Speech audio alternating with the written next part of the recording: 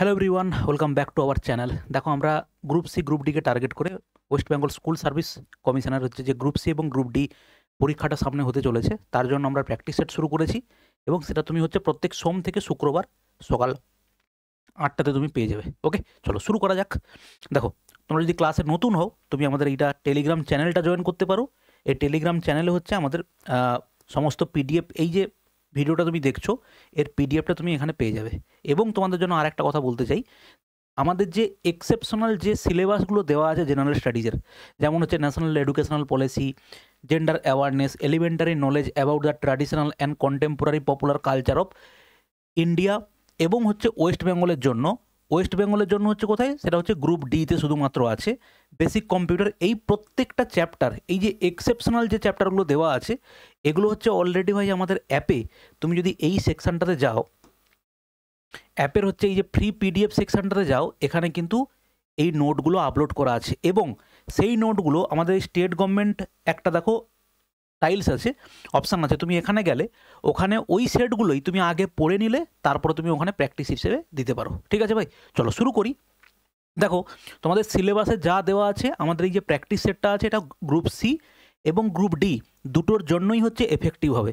দেখো, এখানকার যে 5টা চ্যাপ্টার দেওয়া আছে সেই 5টা চ্যাপ্টার কিন্তু এখানেও দেওয়া আছে। অতএব যে স্যার এখানে যে কোশ্চেনগুলো করানো আছে সেগুলো কি গ্রুপ ডিতেও কাজে লাগবে? অবশ্যই তোমার কাজে লাগবে। ওকে, চলো শুরু করা যাক। দেখো, আচ্ছা, টেস্টের ব্যাপারে পরে কথা বলছি, আগে পুরো ক্লাসটা আমরা কমপ্লিট করে নিই। ভালো করে দেখো, প্রথম প্রশ্ন কি বলেছে, নিচের সংখ্যাগুলো থেকে এমন সংখ্যাটি বের করো যা 42 দ্বারা ডিভিজিবল। দেখো, 42 দ্বারা ডিভিজিবল মানে আমরা বলতে পারি ওই সংখ্যাটা 7 দ্বারা ডিভিজিবল, ওই সংখ্যাটা 6 দ্বারা ডিভিজিবল, এবং যে সংখ্যা 6 দ্বারা ডিভিজিবল সে হচ্ছে 2 এবং 3 দ্বারাও বিভাজ্য। ঠিক আছে, এবার দেখো আমরা কি চেক করতে পারি, আমরা 3 দ্বারা ডিভিজিবিলিটি চেক করে নিতে পারি। ঠিক আছে, দেখো 3 দ্বারা ডিভিজিবিলিটি যদি চেক করি তাহলে তার পেয়ারগুলো 3 বাদ দেবো। দেখো 3 বাদ গেল, 2 2 4 2 6 বাদ গেল, দেখো 5 থেকে যাচ্ছে, 5টা 3 দ্বারা ডিভিজিবল নয়। এখানে দেখো 5 আর 4 9, 3 6 হচ্ছে, এটা ডিভিজিবল ভাই হতে পারে, একটাতে করে রেখে দিলে হবে না, তোমাকে পুরো দেখতে হবে।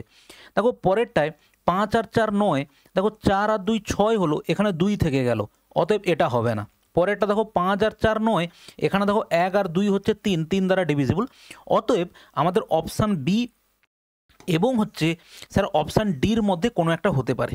এবার দেখো কাকে চেক করব, দেখো ডেফিনেটলি এরা 2 দ্বারা ডিভিজিবল। এবারে আমরা চেক করব স্যার 7 দ্বারা ডিভিজিবল। 7 দ্বারা ডিভিজিবিলিটি চেক কিভাবে হয় জানো তো?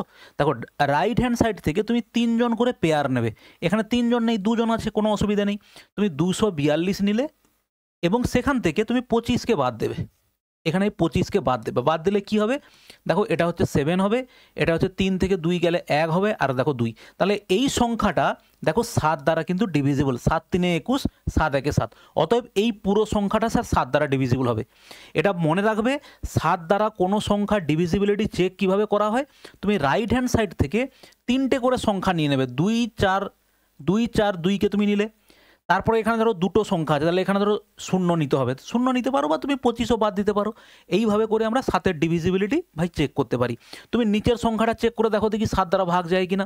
দেখো আমরা 212 নেব, 200 আমরা নেব হচ্ছে স্যার 12, সেখান থেকে আমরা বাদ দেবো কাকে, দেখো 25 আছে, 25 বাদ দেবো, এটা কত হবে, 7 হবে। এখানে 0 আছে, এটা কত হবে, 8, এটা দেখো 1, দেখো 7 দিয়ে ভাগ করলে 7 2 14, তারপরে 47 হবে না, তাহলে কারেক্ট অ্যান্সার স্যার আমাদের বি হচ্ছে কারেক্ট অ্যান্সার। নেক্সট দেখো, এটা সিম্পলিফিকেশনের কোশ্চেন আছে। এই যে জিনিসটা দেওয়া আছে এটাকে কি বলা হয়, এটাকে বলা হয় হচ্ছে ভিনকিউলাম। এটা অ্যাকচুয়ালি ব্র্যাকেটের মতোই কাজ করে, এর সামনে যে মাইনাস আছে সেটার জন্য কোনো এফেক্টই পড়বে না।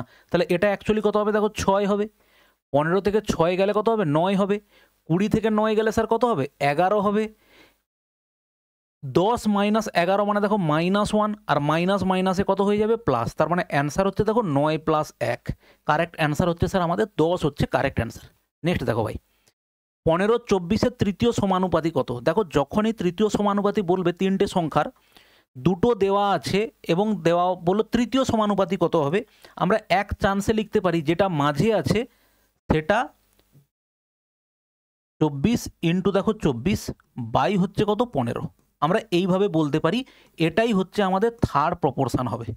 ঠিক আছে, তৃতীয় সমানুপাতি। আর না হলে তুমি যদি বুঝতে না পারো, তুমি বলবে স্যার এটা হচ্ছে 15 হবে, এটা হচ্ছে 24 হবে, থার্ড প্রপোর্শনটা ধরলাম এক্স, এর আর এর অনুপাত যা হবে এর আর এর অনুপাত তাই হবে। তাহলে সেখান থেকে আমরা বলতে পারি দেখো 15 বাই হচ্ছে 24 সমান দেখো 24 বাই হচ্ছে দেখো এক্স। তাহলে সেখান থেকে এক্স ইকুয়াল টু কত হলো 24 ইন্টু 24, আর বাই দেখো ইন্টু 15 হতো, সেই 15টা এদিকে এলে কি হবে ভাই ভাগ হবে। দেখো 5 তো যাবে না, 3 যাবে, 3 5 15, দেখো 3 8 24। এবার দেখো আমরা এই পুরো জিনিসটা নাই করে উত্তর বার করতে পারি। সেটা কিভাবে?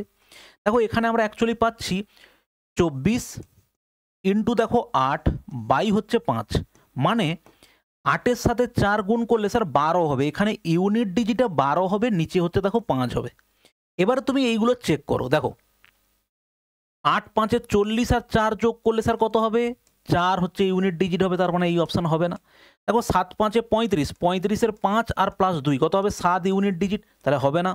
আমি ওপরেটার কথা বলছি, ঠিক আছে, আমি শুধুমাত্র এই জায়গাটার কথা বলছি, আর নিচে তো 5 প্রত্যেকেরই আছে। এবারে দেখো 8 5 40, 8 5 40 প্লাস 2 দেখো ইউনিট ডিজিট কত আছে? 2, এখানেও 2 আছে, তাহলে হতে পারে। এখানে চেক করে নিই, 7 5 দেখো 35, 35 আর 4, 5 আর 4 দেখো ইউনিট ডিজিটে কত আসবে? 9। অতএব এই অপশানটা হবে না, কারেক্ট অ্যান্সার হচ্ছে স্যার সি। আর না হলে তুমি ভাগ করে নিতে পারো, গুণ হবে তারপরে আবার ভাগ হবে, এইটা হচ্ছে ব্যাপার। নেক্সট দেখো ভাই, 30 জন পুরুষ 12 দিনে একটি কাজ করতে পারে, 6 দিন পর আরও 24 জন পুরুষ তাদের সাথে যোগ দেয়, বাকি কাজ শেষ করতে তাদের আর কতদিন লাগবে? ভালো করে খেয়াল করো, 30 জন পুরুষের 12 দিনের কাজ হচ্ছে টোটাল কাজ, তাহলে টোটাল কাজ কত? আমরা বলতে পারি 30 ইন্টু স্যার 12 হলো। এবার দেখা গেল যে 6 দিন পর হচ্ছে 24 জন এসেছে, তার মানে আমাদের বাকি কাজ কত দিনের আছে স্যার? 30 জনের বাকি কাজটা কত দিনের আছে? 6 দিনের বাকি আছে। আরও 24 জন পুরুষ এসেছে, তাহলে আরও 24 জন পুরুষ কাজটা কত দিনে করতে পারবে? 30 জন অলরেডি ছিল, আরও 24 আসতে কাজ হয়ে গেল কত? দেখো 30 প্লাস 24 হচ্ছে 54। কাটাকাটি করলে দেখো 6 9 54, 3-এ কাটলে 3 3-এ 9, দেখো 3 10-এ 30, তাহলে 10 বাই হচ্ছে আমাদের কত? 3 হবে।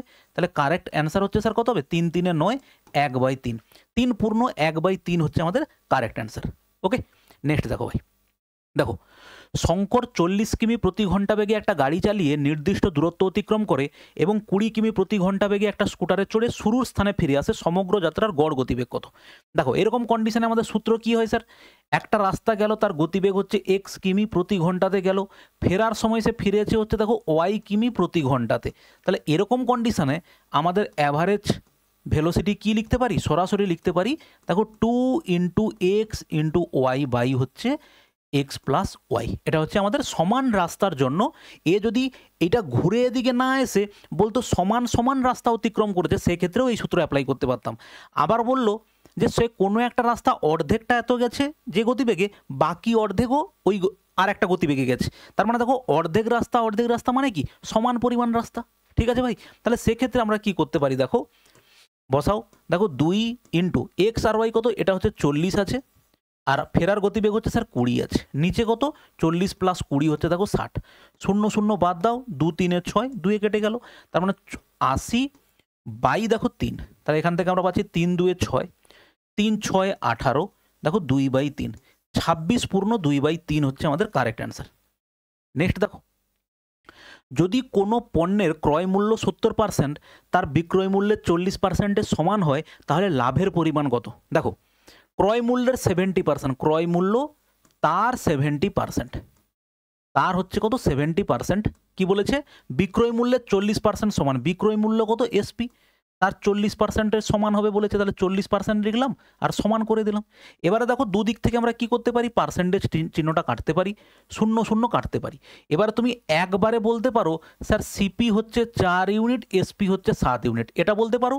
অথবা তুমি লিখতে পারো সিপি বাই দেখো কত? এসপি সমান দেখো এদিকে কত আছে? 4 বাই দেখো 7, তাহলে সিপি হচ্ছে 4 ইউনিট হলো, এসপি হচ্ছে 7 ইউনিট হলো। তাহলে প্রফিট কত হলো স্যার? প্রফিট কত? 3। কততে? সবসময় কেনা দামের উপরে স্যার আমাদের কি হয়? লাভ ক্ষতি হিসাব হয়। তাহলে কেনা দাম কত আছে? 4, পার্সেন্টেজ মানে কত? ইন্টু 100, 4-এ কাটলে স্যার 4 25, অ্যান্সার হচ্ছে 25 3-এ কত হবে স্যার? 75%। নেক্সট দেখো, দেখো এরকম একটা সমীকরণ আছে, ঠিক আছে, তাহলে এর উত্তর কি হবে? দেখো এটা একটা সূত্র আছে, সেটা হচ্ছে দেখো A plus B whole square minus A minus দেখো বি তার হোল স্কোয়ার, এটা সূত্র হয় কি 4ab। ঠিক আছে স্যার, তাহলে এইটা দেখো তোমাকে ওইটাই দেওয়া আছে, A plus B whole square minus A minus B দেখো তার হোল স্কোয়ার।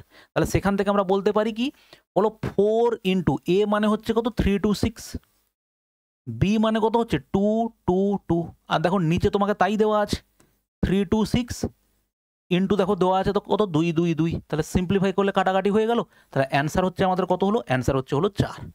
ওকে, নেক্সট দেখো ভাই, একটি স্তম্ভ 3টি ভাগে বিভক্ত আছে। প্রথম অংশটি পুরোটির 1/4, দ্বিতীয় অংশটি প্রথমটির 4/8 এবং তৃতীয়টি 10 মিটার। স্তম্ভের দৈর্ঘ্য কত? দেখো এখানে একটা ছোট জিনিস দেখে নাও, 4/8 মানে দেখো 1/2 মানে হচ্ছে প্রথমটার হাফ বলেছে। ঠিক আছে, এবার আমরা কিভাবে করতে পারি দেখো, খুব সিম্পল অঙ্ক।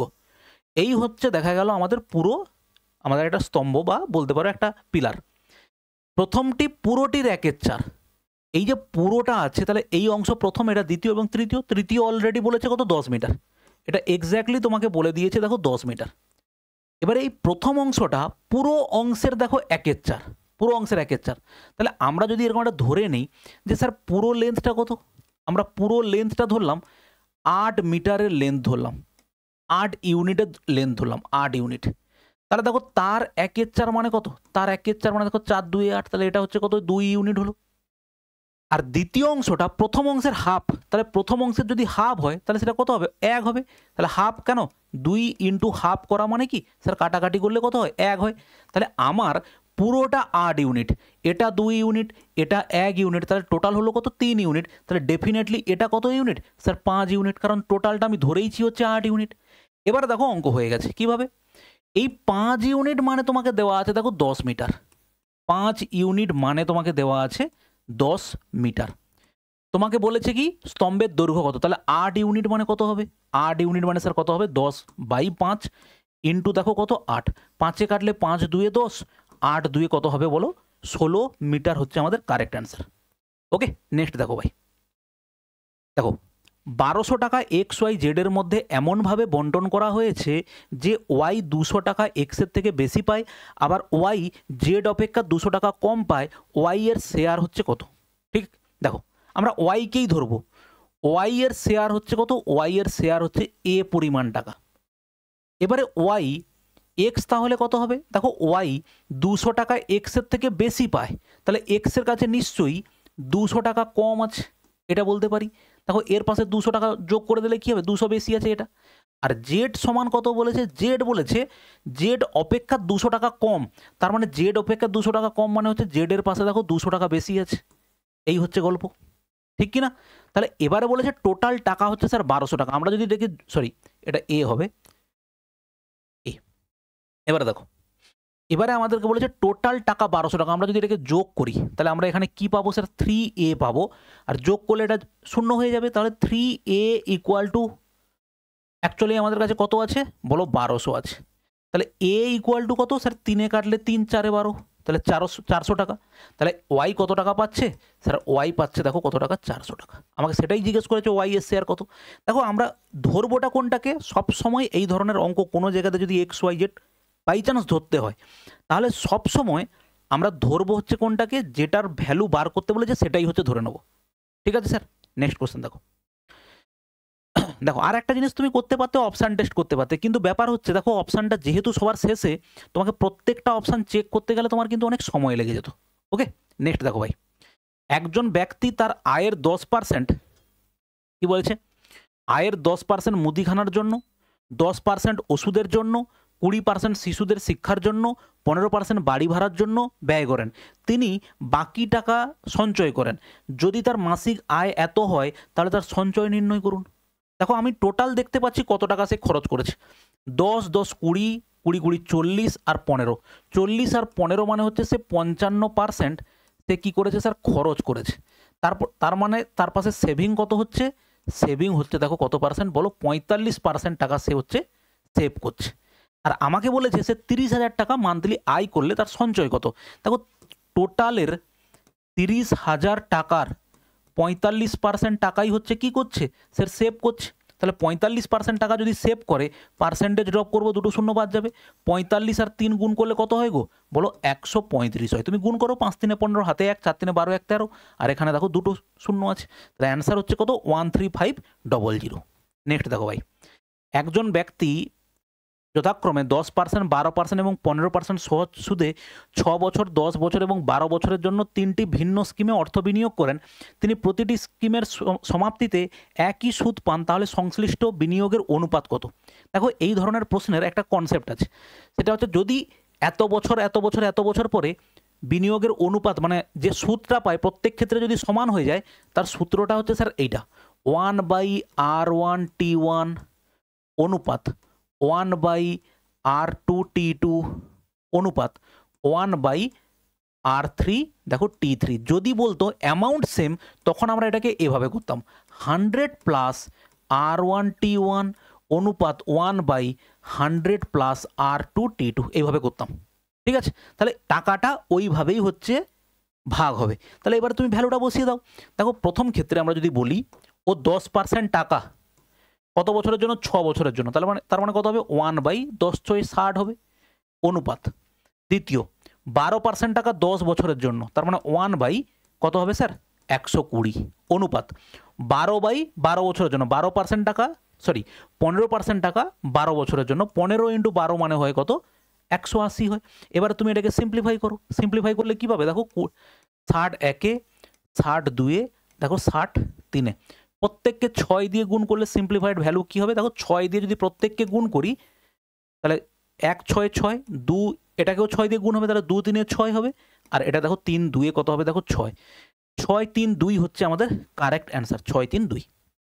ঠিক আছে, নেক্সট কোশ্চেন দেখো ভাই, গৌরব তার পণ্যের মূল্য 50% বেশি চিহ্নিত করে, তারপর গ্রাহকদের চিহ্নিত মূল্যের উপর 30% ছাড় দেয়, তার শতকরা লাভ কত? দেখো প্রথমে বাড়িয়েছে, তারপরে 30% কমিয়েছে। কনসেপ্ট কি sir, A minus B minus of AB by হচ্ছে কত, 100। তাহলে সেটাই তুমি এখানে বসাও। প্রথমে আমরা কি পেয়েছি বলো, 50% বেশি চিহ্নিত করেছে। দেখো 50 মাইনাস কত হচ্ছে স্যার, 30 মাইনাস 50 ইন্টু দেখো 30 বাই হচ্ছে কত, 100। তাহলে সেখান থেকে দুটো শূন্য কাটলে তাহলে তুমি এখানে কত পেলে, 20, আর মাইনাস 5 3-এ কত হচ্ছে দেখো 15, তার মানে 5% আমি পাচ্ছি। অতএব বলতে পারি তার শতকরা লাভের পরিমাণ কত, স্যার 5%। ঠিক আছে স্যার, নেক্সট দেখো, একজন দোকানদার একটি বাক্স বিক্রি করে 5% লাভ করে, সে পরবর্তী বাক্সটি দ্বিগুণ টাকায় বিক্রি করে, দ্বিতীয় বাক্সটিতে এসে শতকরা তার লাভ কত হয়েছে? দেখো সিম্পল প্রশ্ন একবারে, 100 টাকার যদি একটা বাক্স সে 5% লাভে বিক্রি করে, তাহলে বাক্সটির দাম কত হবে স্যার, 105 হবে। এবার সেটাই বলেছে, for the next box he decided to charge double the selling price. তাহলে এই যে সেলিং প্রাইসটা আমি পেয়েছিলাম তার ডবল দামে যদি বিক্রি করে, তাহলে বিক্রি হবে কত টাকাতে গো, বলো 210 টাকাতে। তাহলে সেক্ষেত্রে তার প্রফিট কত, 210 মাইনাস 100 করলে কত হচ্ছে, 110 টাকা। অতএব শতকরা তার লাভ কত হয়েছে, 110% হচ্ছে তার লাভ। ঠিক আছে, নেক্সট দেখো ভাই, একজন পুলিশ 400 মিটার দূর থেকে চোরকে দেখেছে, পুলিশ ধাওয়া শুরু করলে চোরও দৌড়াতে থাকে। যদি চোরের গতি এত কিমি প্রতি ঘন্টা হয়, তাহলে পুলিশ সদস্যের গতি 40 কিমি প্রতি ঘন্টা হয়, তাহলে চোরটি ধরা পড়ার আগে কত দূর ছুটে যেত? দু ধরনের প্রশ্ন হয়, এটা হচ্ছে দ্বিতীয় প্রশ্ন। ঠিক আছে, চোরটি ধরা পড়ার আগে কত দূর এগোয়, এটা হচ্ছে দ্বিতীয় প্রশ্ন। কিন্তু সরাসরি প্রশ্নটা যেটা দেয় যে চোরটা কত সময়ের পরে ধরা পড়বে। ঠিক আছে ভাই, তার জন্য আমরা কি করি, রিলেটিভ স্পিডের অঙ্ক করি। তাদের মধ্যেকার দূরত্ব কত আছে, দেখো মধ্যেকার দূরত্ব হচ্ছে 400। ঠিক, তাদের রিলেটিভ স্পিড কি হবে, দুজনেই একই দিকে দৌড়াচ্ছে, তাহলে রিলেটিভ স্পিডটা বিয়োগ হবে। 40 থেকে 32 বাদ দিলে কত হবে স্যার, 8 হবে। কিন্তু ঘটনা হচ্ছে কি, এটা মিটার আছে আর এগুলো কিলোমিটার পার আওয়ার আছে। তো এটাকে আমরা কি করব, মিটার পার সেকেন্ডে করতে গেলে 5/18 দিয়ে গুণ করতে হয়। তাহলে এই 18টা আমরা কি করব, উপরে গুণ করে দেবো, 18টা উপরে। দেখো 8 কাটলে 8 5-এ 40, 50, 5 কাটলে দেখো 5 10-এ 50, তাহলে বলবো 180 সেকেন্ড পরে হচ্ছে চোরটা ধরা পড়বে, 180 সেকেন্ড পরে। এবারে চোর কত রাস্তা অতিক্রম করেছে, দ্বিতীয় প্রশ্ন বলেছে ধরা পড়ার আগে কত দূর ছুটেছে। তাহলে চোরের গতিবেগ জানি, আর কত সময় পরে হচ্ছে ও ধরা পড়বে সেটা জানি। তাহলে সেখান থেকে আমরা কি বের করতে পারি স্যার, ডিস্টেন্স বের করতে পারি। ডিস্টেন্স ইকুয়াল টু কি হয়, স্পিড ইন্টু টাইম হয়। তাহলে স্পিড কত,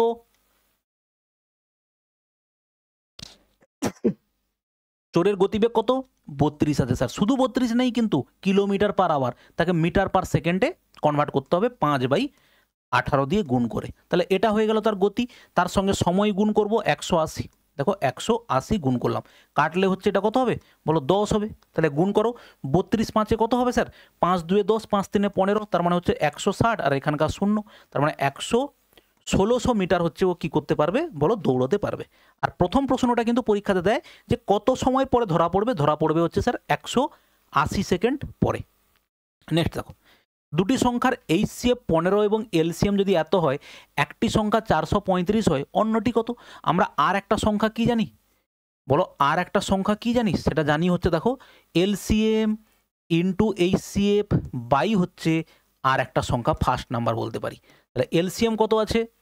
6090। HCF কত আছে স্যার? 15 বাই কত হবে? 4 3 দেখো 5। ঠিক আছে, তাহলে এবার কাটাকাটি করো। দেখো 15 2 30, 15 2 30, 15 9 135। ঠিক আছে, আচ্ছা 29 দিয়ে কাটলে 29 2-এ দেখো কত হচ্ছে? 29 2-এ কত হচ্ছে দেখো? 2 9 2 18, 58।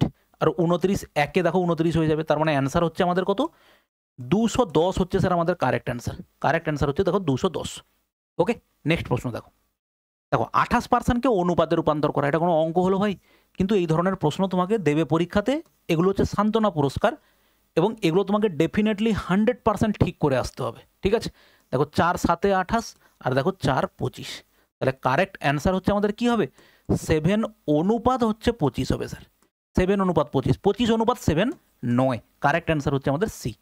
নেক্সট দেখো, 320 মিটার এবং 540 মিটার দৈর্ঘ্যের দুটো ট্রেন পি এবং কিউ যথাক্রমে এত কিমি প্রতি ঘন্টা এবং 144 কিমি প্রতি ঘন্টা বেগে সমান্তরাল রেলপথে একই দিকে চলেছে। ট্রেনগুলি একে অপরকে সম্পূর্ণভাবে অতিক্রম করতে কত সময় নেবে?